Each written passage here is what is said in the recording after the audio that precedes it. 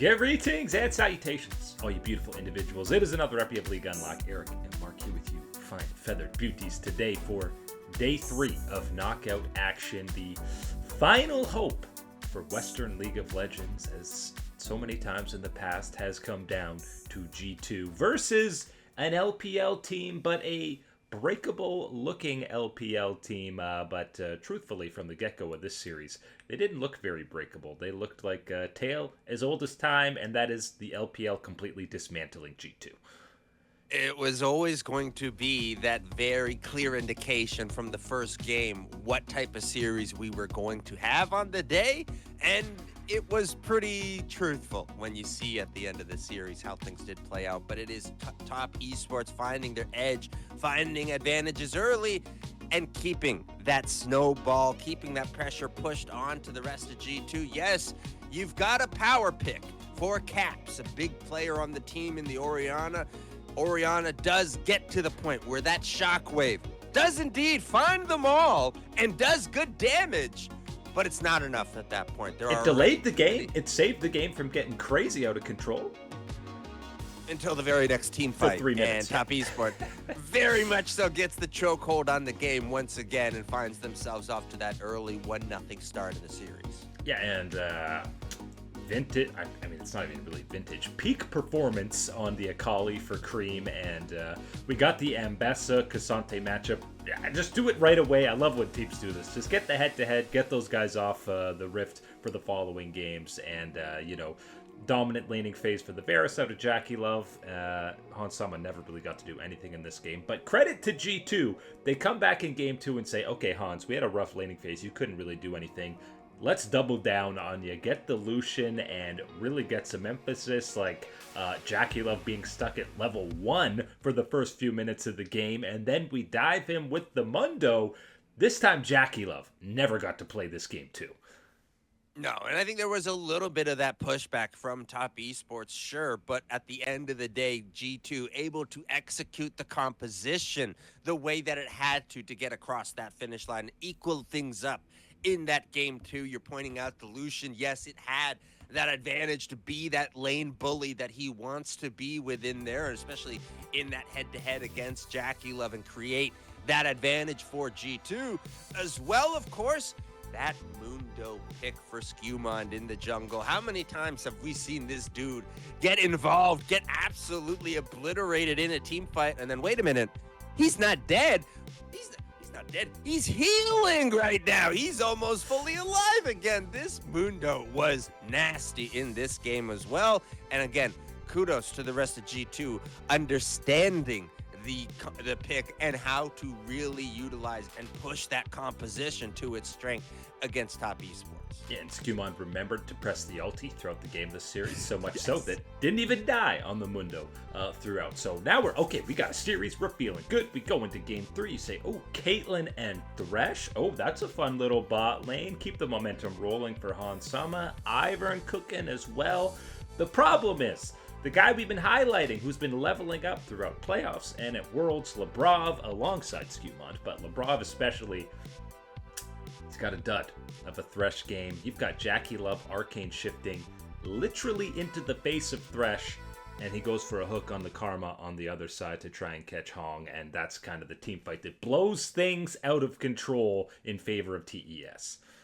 I think as time has gone on within the game of League of Legends, as we've introduced 200 years of Riot champion design into the game and everything else, someone like Thresh has moved more so into this territory where in order for him to succeed, you have to be succeeding. You have to hit all the skills and everything else, and it becomes harder and harder to do that against the newer and newer champions, I think, is one of the ways that you can look at it. But as well, again, the punishment for them not succeeding and not being at that level is a champion that is, frankly, just completely dead weight in a composition on a team, doesn't provide anything.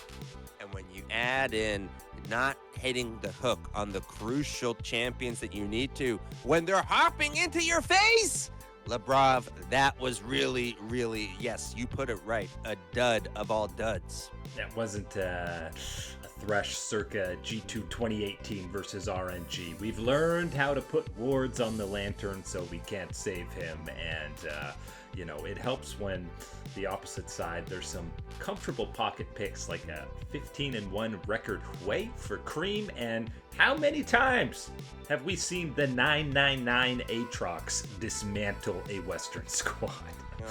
How many times has G2 seen the Aatrox dismantle themselves? Yeah, and I think this is absolutely a good point and a good time to mention Cream was phenomenal in this series. Really, I think this is probably his number one shining moment as the top esports mid laner right here, was the efforts that he was able to put through. It all starts with that Akali game. Again, getting counterpicked by the Orianna, someone that should be able to bully you in the lane. Get some help from his teammates. Yes, mainly Kadavi making a nice appearance on that Wukong, but does find a way to accelerate the game, make it play. And then you get to this game 3, and it is absolute perfection on the Hwei to make that damage, make that control mage really push the pace for this top esports squad. So it's match point for top esports, but it's fine because G2 gets the Hans Sama Draven pick coming in. We get him first blood. We get 3 grubs. Things are looking great in the early game. Here comes the West. Except here comes the Otacon. Otacon spawned, and we know what type of music that is. Just run it into the wall head first with your Nico playing in the backline, not ulting anything, and just throw the game. It is so brutal to watch this because it's such a situation, such a thing of where you think you have that advantage. You've got that hold on the game, and it's that reminder of, well, you really don't have that hold on the game, especially when you're bringing in an objective that is as unique as Otacon, and what happens around it, right, with the armor shredding, everything else. It's not going to be this traditional fight that you think you've got on your hands, especially though when you're not set up, as you pointed out, when you're talking about where the Nico was positioned, all sorts of things like that. It never was going to go right for G2, and this was a composition that if you lose any of that early edge that you earned for yourself and is good, but if you lose that edge, you're never getting it back. Outside of just an absolute complete mistake and throw from the opponent, you're never finding your edge back into the game. And that rung true in this one with that failure at Otacon and the control that then gave top esports in this crucial game 4.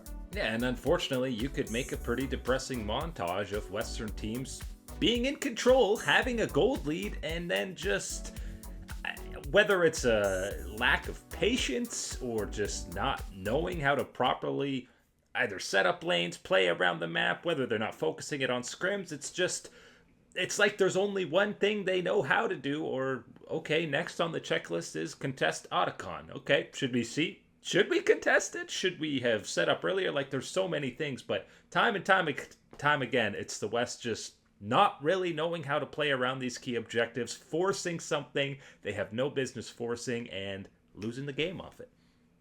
I think you're right. Someone does need to make that type of montage there with it. Put in some. It might be a Italian 30-minute movie, Italian opera music in the background, or Celine Dion, My Heart Will Go On. Something to really pull on the heartstrings of these failures. And it's unfortunate because, yes, you're going to get painted with, the continuation of Western failure brush, even though you haven't really participated in that failure at this point for the Europe, for EU and for G2. But this wasn't what you wanted to showcase on your return back to the this part of the international stage, this type of significant matchup. This certainly wasn't the G2 that wanted to roar back here with this type of response against top esports.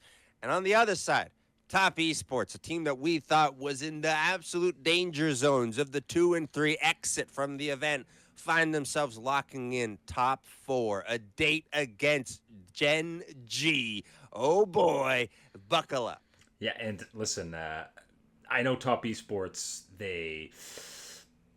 it's sad to see G2 go, but happy for the home fans that top esports not only qualify, and they qualify looking good, looking, at that peak form that we've seen from the LPL, and I think they're actually on the other side of the bracket. So if AL beats T1, you're guaranteed an LPL team in finals. It's a big if that we're looking at, but I always get mixed up on the sides of the brackets with these things. But for top esports to show out like this and really set themselves up moving forward into that into that semifinals round, excuse me, this is phenomenal. When it is Cream playing at this type of level, when you're getting Jackie Love and Hong being able to play like this, excuse game 2 out of Hong. I think that's the only one that you probably need to move past. And when 369 and Kanavi are able to be as solid as they are up in that area of this team, you absolutely can believe in this being a top esports that can contend with the world championship caliber teams that will be left in the semifinals.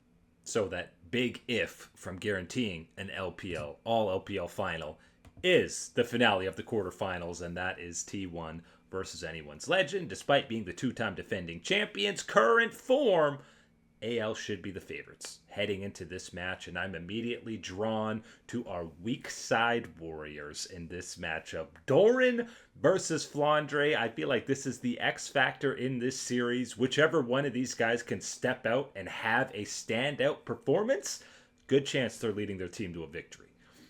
Yeah, they will be big factors for both of their squads and how things are able to go, how you're able to set up, what risks and chances you're able to start pushing on the enemy team to snowball your advantages. Yes, both of them are going to be pretty much at the center of that one.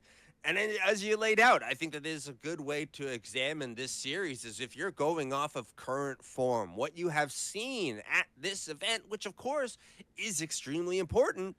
Well, you're probably siding with Anyone's Legend. It's not extreme, but you are going to be siding with them. But if you're going off of history, if you're going off of the careers of these players, the big moments, when they let you down or when they pull through, it's of course got to be T1 that you're siding with. So it is, again, the polar opposites, the total opposite ends that you're pulling on here when you're talking about this type of preview. But it is going to be one hell of a throwdown. And those two in the top lane are going to be at the center of it. And I expect some, aside from the top lane, explosive team fights throughout this one. Number one, the highest damage per minute of any team at the event is T1. We know they like to fight. We know they're willing to take skirmishes. And we know AL, we're pretty consistently, even ahead of BLG and Top Esports, the best team fighting squad that we had in the LPL. So I'm fully expecting some fireworks in this one. I know AL doesn't have the Golden Road level that JDG did, but this reminds me of that JDG T1 series back in 2023 in terms of expectations, even though T1's not quite in that LPL killer form yet. I think it's as close as you can get to it without having a player on the Anyone's Legend side that carries kind of the significance or kind of the mojo that Ruler did during that period and at that point in time. Tarzan's the closest, He is, and that's where I was going next with what I was going to talk about, is that jungle matchup is going to be almost kind of that next tier down from talking about the top laners and the effect that they will have on both of their teams, good or bad. You're looking at the jungle pretty much as that next one up when you're talking about a matchup like Tarzan versus Owner and how both of them have been so key to the success, to the best version of both of these teams that we have been able to see this year. Yeah, that's going to be a priority matchup and certainly one of those ones where I think when you're talking about Doran and you're looking in the top side, yeah, picks matter, but not necessarily to the same degree that I think it's going to matter in the jungle. For this matchup, Tarzan and Owner, the advantages that both of them can gain and how they can play on certain champions and keeping certain champions away from one another is going to be a massive part of the Fearless draft in this series.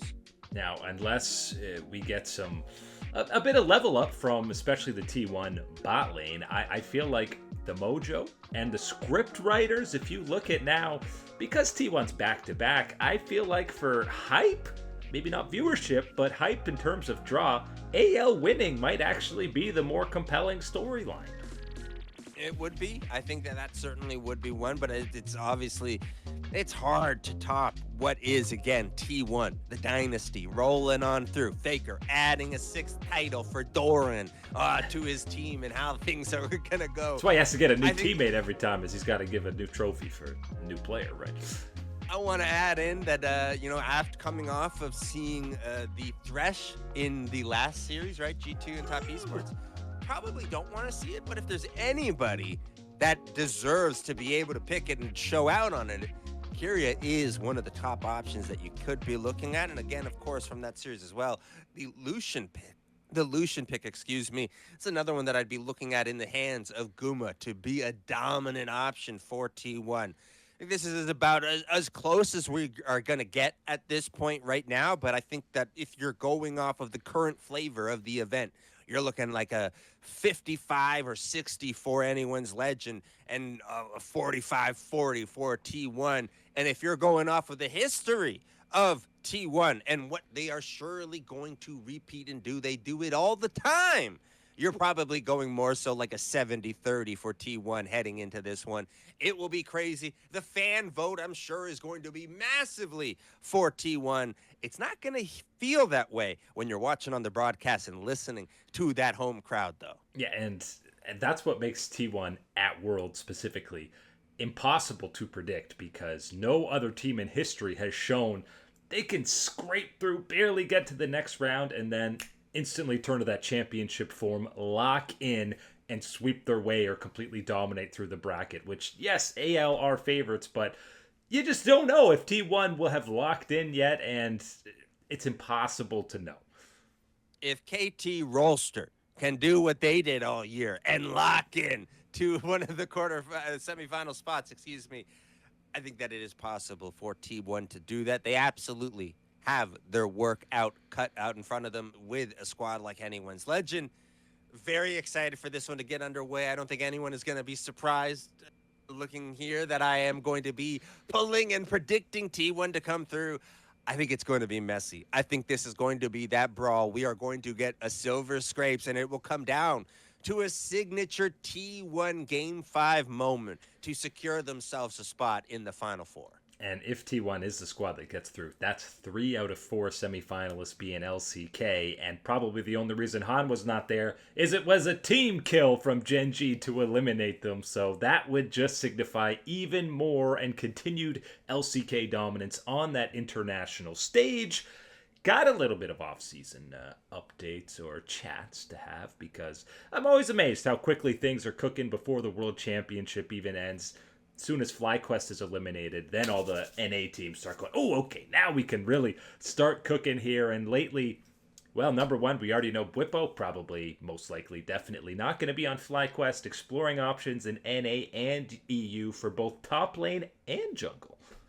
I think that's certainly the kind of interesting twist there, is that, again, it is looking for that jungle role as well. But I think that's certainly one with where the game has evolved, where things are with Fearless Draft, you can see a world where Bwipo would want to try that run, try that route, and experiment one more time. And certainly coming off of this year and all the noise off the riff mostly that it's going to be, and how you need to try and move past it, why not swap to a new role altogether, type of thing like that for a guy like Bwipo? Certainly going to be one of the interesting dominoes to keep track of within the Western sphere of League of Legends. The other, and far and away probably the biggest domino to fall in the West, is going to be Quid. 100 Thieves, of course, no longer going to exist. Sentinels taking their spot, and I'm sure they'll inquire about retaining Quid, or getting him to sign with that squad, but also hearing that